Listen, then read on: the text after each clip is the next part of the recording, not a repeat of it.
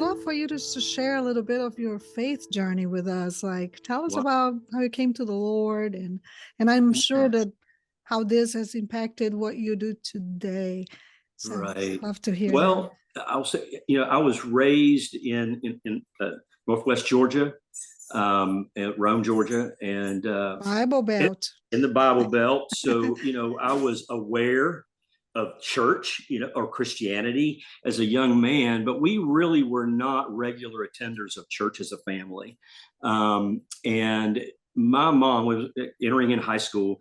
It was right after the death of my grandfather, who meant the world to me. I had been in his world and he in mine, and raised on his tractor practically. And he passed away my freshman year of high school, and my world came undone. Um, and kind of lived in that quiet place of fear and not knowing, kind of um, losing my spot, in life. I didn't know what to do. And but my mom, she was attuned to that, and she kept insisting I go to church with her. She'd kind of gone through a moment of kind of reawakening in her life, and had been attending church without us, and she kept bugging me.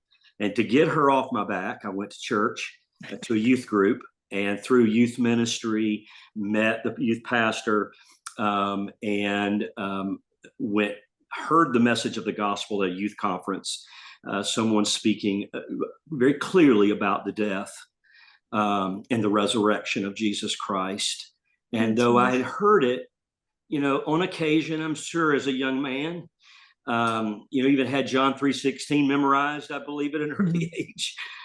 But it was at that moment that the reality of God's visitation to save us, in the Christ, who died for us in our sin, who was raised so that we might live with him.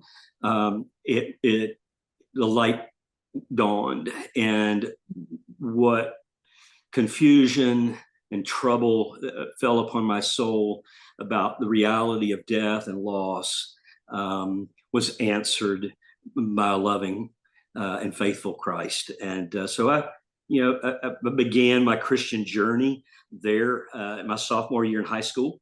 And throughout the way, just God sending people, ministers, and others in my life, that shaped me. And it was during my college years, as I was studying scripture and leading Bible studies and being put in places to share my faith with others. I was at a crossroads. I was on my way to law school and a political career, and I had an opportunity to go into Washington as internship while I was in college, and then got a letter from a minister out in Texas wanting me to come work with their college ministry the same time. And it was a conflict. I had to decide, do I go to Washington or I go out to Texas, this ministry? And And it's literally like, it was, and I very opposed. didn't realize it at the time. I went out to Texas because I felt like I can't tell the Lord no, right? So I did that. And so I couldn't tell the pastor no. And I just thought, I'll do that the next year, go to Washington and move. But that time in Texas opened up the question for me, the Lord's leading of, what about ministry? What about full-time gospel ministry? And so over the next couple of years, I began praying about it, and the Lord led me in that path. And I've been blessed to be an ordained ministry for 30 years anyway, and church planting, pastoring 3 different congregations, Western North Carolina, here in Northwest Georgia, and have had the privilege on the bookends of my ministry, at the beginning and now here at this point in my ministry, child welfare, working for youth has been a part of the fabric of my ministry throughout. Yes. My grandfather, grandmother, both were house parents at Georgia Baptist Children's Home when I was a young Wow. boy. So, the Lord was already stirring in me a heart for hurting youth. So just God's leading had brought me here after I planted a church in the mountains of North Carolina, and that phase of ministry was over, and I had a severance, a beautiful gift from a church to just take the time, as a thank you, and us to recover and get ready for the next ministry. And I found this agency here in North Georgia, Murphy-Harpst Children's Centers, and the door of youth languishing in foster care, that door opened for me. I'd not really seen it, the crisis, as I saw it when we moved back down here to Georgia. And so just had been blessed by the children, really, and this agency and the opportunity to be able to serve them. Oh, that's wonderful. Well, I know that Murphy-Harpst is actually just the organization's 100th anniversary, right? Or it was last year. So Yes, they've been working with foster families, foster care children for 100 years. So for those who do not know, Murphy-Harpst, which is where you are the vice president of advancement, right? Correct. And so tell us a little bit about this organization, what they do. Well, thank you so much. Yes, Murphy-Harpst, a 100-year-old agency. It began in the last great pandemic by two women remarkable women of distinction here in Georgia. It's a wonderful American story, as well as an evangelical story, a missional story. Sarah Murphy was a daughter of former slaves. Her youngest brother helped put her through Spelman College. She came back to her community here in Northwest Georgia, impoverished community. She was burdened for them, the lack of education and healthcare, and she began as an itinerant educator, teaching children during summertime and harvest, teaching them out gathering them for the fields and teaching them to read and write. Began a school, and it was during the pandemic that parents were lost during the pandemic and the Great Depression. And she it began actually her helping a woman who was delivering her fifth child. And she went over in the emergency, and the mother passed, and the children were left there. The father had abandoned the home years prior. And so she went home, Mama Sarah, as they called her. She went home to her husband, Shug, and said, "We've got to make room." And so she began opening up her home with the meager supplies and resources that this African-American family had here in Northwest Georgia. And she began caring for children in her community. And so that was Sarah Murphy, the Murphy side of Murphy-Harpst. And then Ethel Harpst, Mrs. Harpst, was a home missioner, single woman who always wanted to have an orphanage and work with youth. And she was working out of the settlement house here in Cedartown, Georgia, providing health care and education to children. And then the tuberculosis influenza outbreak she was surrounded with children who lost parents. And so she, through the support of other donors, began an orphanage. And so those two works, which were separated for many years, those two works of those two women were merged in the early 80s to begin Murphy-Harpst Children's Centers. And today we are working with youth who experience the trauma of abuse and abandonment, who are struggling with emotional disorders and behavioral issues, who need healing and need the hope of Christ. And so we work to provide placements and loving care for them who are in foster care. Wow, that's incredible. I just love the story, the two separate stories. You just see God's tapestry, right? Woven like together. In different lives. They probably never met each other. They didn't, as far as I know. I've tried to find history. Did they interact? But I could not find any. Sarah Murphy died early. It was about, I guess, 1950s, somewhere in there. Their paths did not cross, but through women in the church, that was a big part. The women in North Georgia, largely Methodist women, were supportive of Ethel Harpst's work and found out about Miss Murphy's work and really embraced the Murphy home. And it was in that time that after Miss Murphy passed, that they merged the two That's orphanages. What a cool story. I love how the Lord works like in the lives of people, and you don't see, you never see really. For the most part, you don't see what he's doing. And then when you look back, you just see the Lord just weaving this beautiful tapestry. And I'm very excited for people to know a little bit more about your organization. Tell me exactly how Murphy-Harpst operates inside Georgia. And I want us to touch. I have interviewed different people before about the foster system in Georgia, and I want us to touch a little bit about the challenges as well. But I would like for you to tell us, how does Murphy-Harpst work? Sure. So we have an array of services across the organization, serving the most vulnerable youth. So within foster care, is a rising number of youth who present with mental health behavioral disorders, substantial trauma. Most kids enter in foster care around age 7. Because of trauma, they have behavioral issues, and they move through and languish through a system. They're disrupted. They disrupt somewhere. That foster home then sends them somewhere else. DFACS moves them to another placement, and they move from place to place, often tragically, through the system. And so kids are often not being served well to meet those mental health disorders.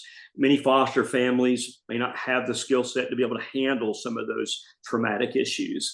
And so there are a number of kids that will be in a psychiatric treatment facility for lack of a better placement, which is kind of a more medical kind of a medical kind of context to help provide for those kids with severe challenges emotionally and behaviorally. And so the state of Georgia particularly has been confronted with a rising number of youth who, for whom they can't find good, stable placements, long placements in a family home or in a group home. And they don't need to be in a psychiatric treatment facility.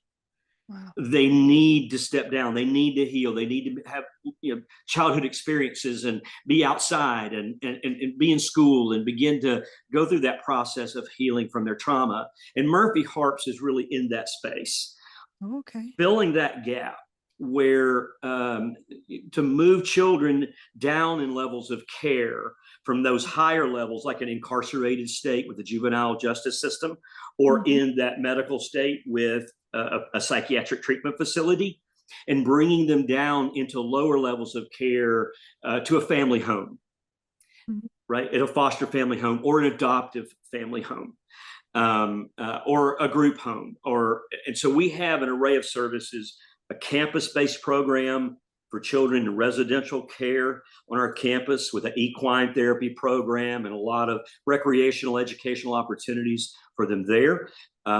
We have a transitional living program for older teens, because a lot of kids in foster care are going to age out with nowhere to go back to or to go to. And so we're working to introduce them to community and jobs and preparing them for independent living. We have families that foster that work with Murphy-Harpst. So we're recruiting and training families and supporting their services with kids in the local community. We have an Evolve initiative that is a first of its kind in the state of Georgia. It's a family-styled setting in a family home where we hire a foster team to go into the home, and they live there on a rotating basis, a foster care team, with 4 children who are in the system who need specialized care. And so we provide a therapist and behavioral aides and others to support that home. And that is helping our foster families, who can't maybe serve a child with those kind of behavioral emotional needs. And it's helping keep the children local and in a family styled setting, keep them in the local schools, keep them in their communities. So we've just piloted that program a couple of years ago with success. And so that's expanding across Georgia. We provide counseling services to families in crisis. There's just a number of things we're doing to try to meet the need of that child who has a behavioral emotional disorder, who needs to heal and find the hope of Christ. So that's where we are. That's incredible. And this type of approach that you guys have of like having a home where you have 4 kids and that home is dedicated to those 4 kids and you have the foster care team coming in, that seems to be, I've never heard of that before. Is that pretty like new? Is that something, I know that you guys are breaking new grounds in terms of clinical and therapeutic services. So is that one of the things that is new to the foster system? It is new to the foster system here in Georgia. There have been some similar things tried. I think the state of Pennsylvania had a similar model within the foster system, but not with this therapeutic type of approach that we're doing. There were so many children in hotels here in the state of Georgia. It really began in the city of Augusta with a juvenile court judge and asking her, what do you see as the biggest need? And she said, I've got children coming before my bench. I have nowhere to send them. And we're having to send them to hotels. And that's just not okay. And at one time, I think Georgia was spending about $40 million a year or more hoteling children. And for lack of placement, available, appropriate placements. And they were having kids disrupt and move around from place to place. And so we offered this program as an answer to hoteling and an answer to provide a place for children with more substantial trauma who are having a hard time finding appropriate placements where we can really rally around them, keep them in a local community, and provide the therapeutic services in home. And then we rallied the churches. That's been a huge part. The church community. Mm-hmm. Murphy-Harpst could not do what we do without the body of Christ. The churches are great volunteers, fosterers. They do it all. Not just the funding and the donation, which is critical to support, but they're involved in so many other ways. And they engaged in Augusta to help us launch this pilot program to meet the need. And it has been really successful. That's incredible. A child. Go ahead. Go ahead. Sorry. Let's just say a child in that kind of, as you know, in that home setting, in a smaller environment where they're just 4 other children and they're plenty of adults on hand, right? And in their local community in the region, that's a recipe for success. Mm-hmm. Now some kids really, really need the congregate setting we have, our campus. With Equine, we've got a lot of things we can do on our 160 acres in that farm-like setting. So that's a special place in itself. How many kids are you able to house in that setting? 75 youth. Okay. We're looking to expand it a bit, which is unusual for kind of group homes and congregate care at this time. Mm-hmm. A lot of focus has been to opening up family homes and foster care. Mm-hmm. But the need of children with emotional behavioral needs is a piece that a lot of families have not been able or haven't had the experience to be able to handle. Well, and I'll be honest, it's like I was, as you are sharing these stories and the challenges, I can only imagine the challenges that you have, because one thing is for you, say I have one of my closest friends, she's fostering 2 little girls. They are 3 and 5. And one thing is for you to foster a little kid. Yeah, they may have behavior issues. A whole nother situation is to foster a youth, a teenager, that has mental health issues, that has come from a Right. terrible setting. I imagine that most people don't even feel adequate to be able to help them, right? Right. Well, you have a child that you just imagine a child that is born and in a context where that child, that infant cried and no one came. No one was there to hear that cry, to visit the cradle, to care for them. And at the most fundamental place of where trust is formed, where love is experienced in those early ages. A child, many children in a foster system had those kind of early childhood experiences where they don't have trust, and they live early on a life of fight or flight. Yeah. They are in fear. And they're afraid of every adult. But they love those adults. They want home. They want a sense of, but they've never really had a sense of belonging. Yeah.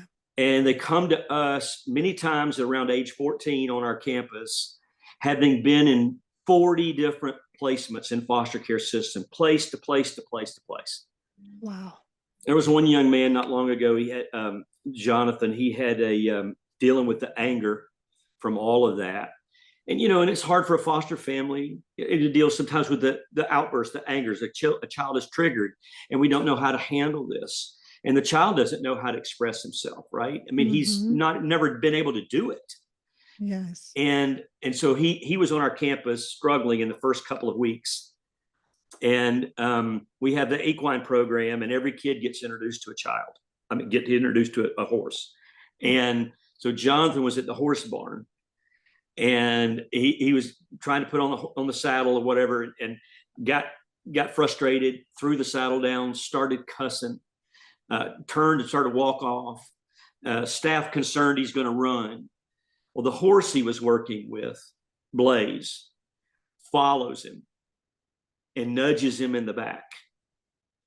And so Jonathan turns around and looks at Blaze, and just kind of startled by this horse. And then he turns around and starts walking away, and the horse kept following him and pushed him again.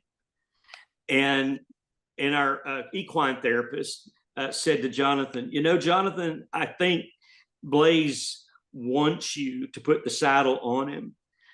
Blaze knows you can do this. And that young boy turned around, and he just began to weep, just wept.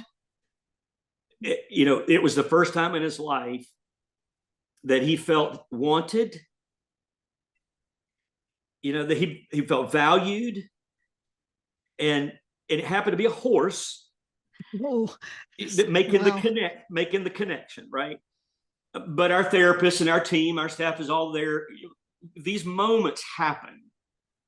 It happened for Jonathan. It became the moment, not a negative trigger, but it became that trigger, if you will, that set in motion an opportunity for him to be able to express himself with a therapist, for him to be able to begin to process and feel like he's going to be okay.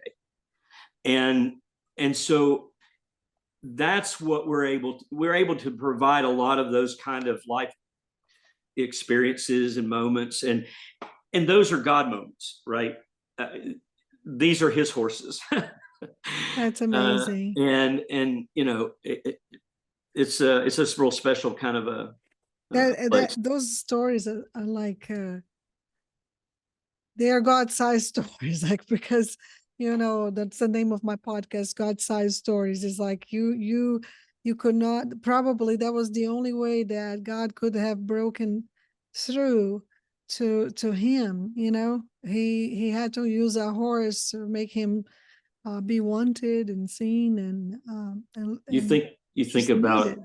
That in Luke's Gospel, chapter 9, where a pivotal moment in ministry, Jesus called the apostles, reveals his glory on the Mount of Transfiguration, comes down the mountain, and there's this boy that is possessed, racked by evil spirits, and the disciples can't do anything, right? And their inability is at the forefront. Their powerlessness is at the forefront. And it's in that context that the disciples are arguing later about who's the greatest among them. Yes. Issue of power and ability and greatness, it all in that context. But it's there to train these disciples, these apostles, for service, that Jesus brings in a child. I think it probably was that child that he healed there. It's what's impossible for man is possible for God. But by prayer. These are God-sized stories because only the size and the wonder of our God can do this. Absolutely. Right? I mean, the very structure of your organization is already a God-sized story. To have merged the stories of two women with a heart for the forgotten. Because that is really these kids who are abandoned a lot of times, or parents who for diverse reasons cannot care for them, or won't care for them. And so these are broken children. And so two women, separate lives, and their ministry lives on, that's God sized too, for sure. Right. Exactly. But I'm just struck by how, there's a sense that we, like the disciples then, are powerless, and so much of the burden is carried by these children. What can we do? Now we're bringing all the medical or the, therapeutic services. We're doing what we all know to do to love a child. But those breakthrough and that ultimately that healing inwardly of that child, and their own soul inwardly, to kind of know that Christ suffered for them. That he knows them and groaned out for them, and to come to that place, that's something that God does. Yeah, we pray, we ask while we love, but we wear our knees out, in prayer for the kids as well, as we work to meet their need. Tell me about that. Tell me a little bit about the spiritual foundation of this organization, in the sense of what do they do with the youth, especially like in the house that you guys have, and this huge farm, apparently, that you like. What is the foundation? Because there's so much of mental health that you need a spiritual breakthrough. That without Jesus, you really can't find true healing. Right. Exactly. Well, you think about, like for our family, we wanted to raise our children to provide an environment, a loving and caring environment where our children could ask those questions about God, where we could provide instruction. Of course, we had the privilege of leading them to church and, catechizing, or, our children, that kind of thing. Absolutely. But these kids in the foster system, they have not had that as young children. They've not experienced that.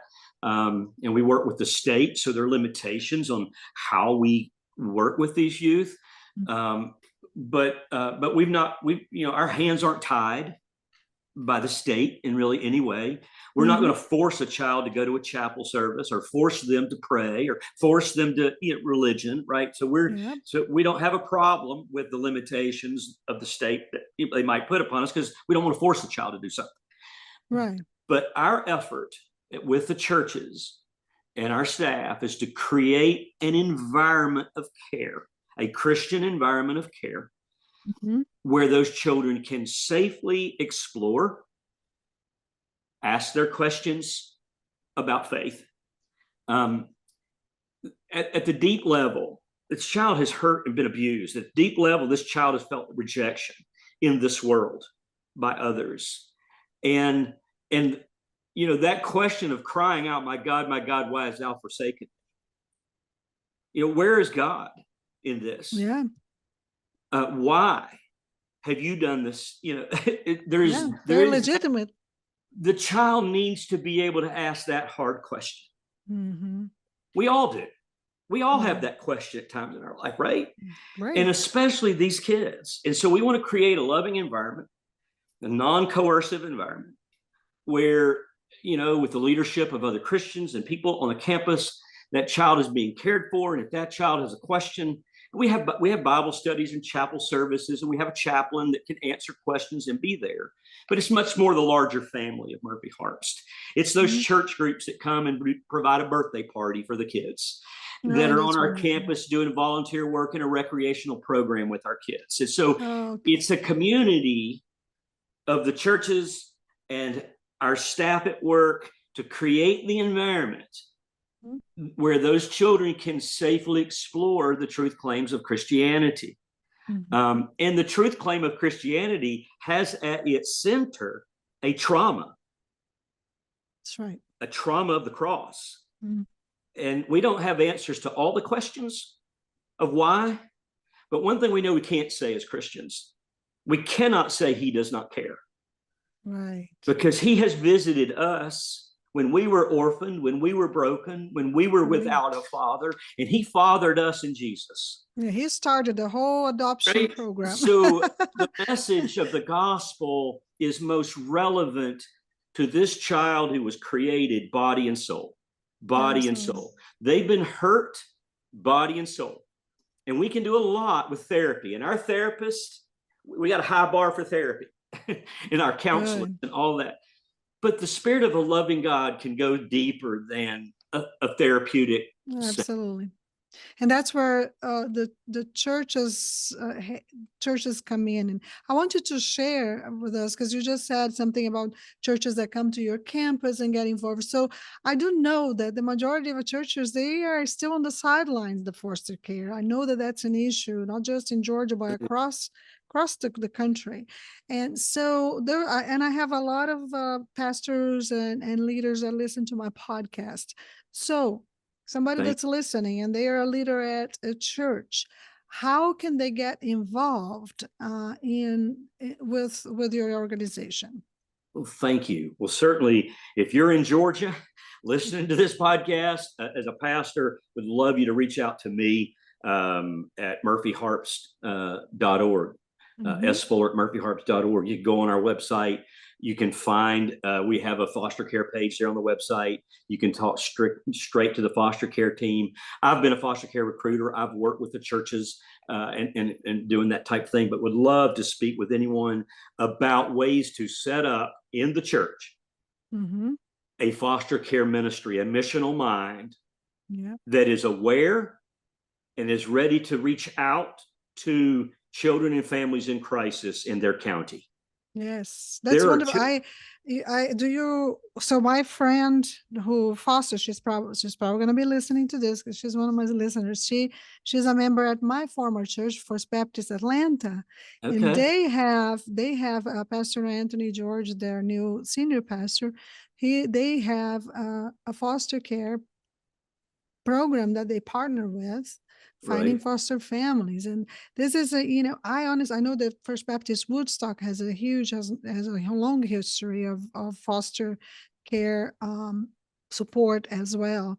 But I do know that there's still a huge gap, right? In like what the need and where we are right now. Right. There are probably about 3,500, 4,000 fosters in the state of Georgia, and there are probably about 14,000 children in foster care. Wow. So we have a massive gap. So what's happening to these kids, Scott? Like the kids where are they? Where are the kids? Those who are not placed since there's such a gap. Right. So there are various places in a setting like on our campus. They're in settings, so that's the 3,500 fosters, meaning foster families. Okay. You add to that, then our agency, we have 75 beds on our campus. We have so they're in group homes and other places, but they're also from time to time in a hotel. They're in a psychiatric treatment facility. Where they don't need to be, some need to be there, but there are others who don't because because of the numbers, they need a placement. And if you have a child who has a behavioral issue, I don't have a place to put him in. Where do we put them? So they're trying to manage the field of a crisis with and the biggest shortage we have is foster family homes, because that is exactly where a child needs to be ultimately, in a family home, right? We're doing what we can to open up the Evolve homes that is answering a need for those challenging, those kids that are met with challenges that are really difficult emotionally. But we need more foster families. And I think the best step is for a church to begin to pray, to begin to be active in discussing what's going on in the foster care system, learning about it, learning about the families in their own county who are fosters, whether they attend their church or not, to be a supportive body, the kind of place where families who would be willing to foster and a child who is going to be fostered is finds a real home, a supportive Absolutely. environment. And so that takes some time. It's a little culture building and discipling that's of its own. But I think I would just tell these pastors, if you think about the apostolic charge in James' epistle of religion that's pure and undefiled. Absolutely. Yep. The orphans and the widows. There's that focus on the distressed child is not an aside. I think it ought to be a focal point to what we're doing in terms of youth ministry. Almost every church, I would say, across Georgia is involved in youth ministry. And those are great. I saved those ministries, so nothing against them, but I think we miss the charge to the widows and orphans, those youth in distress. Yes. And, and the level of youth in our communities that are experiencing distress, they may not be homeless yet. They may not be in the foster system, but families are fragile. Yes, more fragile absolutely. than ever. And youth are dealing with some severe anxiety and depression. Absolutely. And churches would benefit from really embracing a youth ministry that is more focused on mental health and the challenges that children in the foster system are faced with. I think that will be a huge benefit moving forward to our congregations. Absolutely. Well, this is incredible.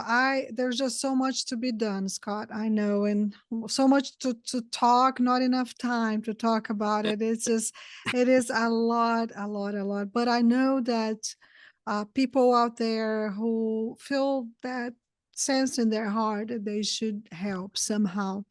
Tell someone out there who says, I want to help. I may not be able to necessarily foster someone at this moment, or I don't feel led to do that at this moment, but I would like to help somehow. Tell them how they can help through your organization. Yes, thank you very much. Well, of course, everyone doesn't do the same thing. We have foster parents doing something. We have our staff work with our kids on our campus doing something. Everybody doesn't do the same thing, but everybody can do something. Mm-hmm. And we can do something to focus our attention, our heart towards these children and youth in the state of Georgia, to help Murphy-Harpst. If you would like to get involved, providing gift and support, donations to Murphy-Harpst, it takes a lot. It's costly taking care of youth, and particularly hurting youth. Every parent knows. Every parent knows it's costly. So that's vital, essential for us to provide bedding and a bedroom for kids, all the kind of resources we need to meet the needs of these youth. So financially, in-kind donations, we're always looking for hygiene and supplies and academic book supplies for the school year, summer school, recreational supplies. We have needs lists on our website regularly to meet the needs of a number of these youth and to support foster families. So a lot of in-kind donation opportunities and volunteer opportunities. If you want to get engaged and explore the world of child welfare and get to meet youth and people who's serving them, we've got a great place on a 160-acre campus. We'd like to take your youth team, your church mission team, your family, and introduce you to Murphy-Harpst and our kids. That's awesome. Tell us where the campus is. We're in Cedartown, Georgia, which is in the northwest corner, about an hour and 15 minutes outside of Atlanta, north of Atlanta. That's I know where that is. Yeah, I'm in the north of Atlanta to Ackworth, so it's just so you're not very far from not us. Too far. Yeah, you're probably 40 minutes, I would say. Yes, probably that about. Yeah. And I live in Rome, so if you have any folks in Rome listening, I'm here in Rome. Awesome. Love to sit down and meet with anyone and talk more about the needs of our youth and what we're doing at Murphy-Harpst. Well, this is an incredible organization, Scott. I'm very impressed with what you guys are doing. And we're going to share all the information, how to get in touch with Scott, how, if you are interested in perhaps becoming a partner of Scott's Murphy-Harpst. And then we'll also put in a link to your website so that people can learn more about how they can get involved. And do you have anything else that you'd like to share before I let you go? No, not really, other than to say I really appreciate you allowing us to share our God-sized story today. Absolutely. We're so appreciative of you and what you're doing to be a voice for our kids through this platform. So thank you. Thank you so much for coming, and may God continue to bless your ministry and your family and everything that you do. So thank you so much, Scott, and thank you, Patricia. To talk to you again. Yeah, nice meeting you. Thank you. Nice meeting you. Have a great day. You too. All right, bye.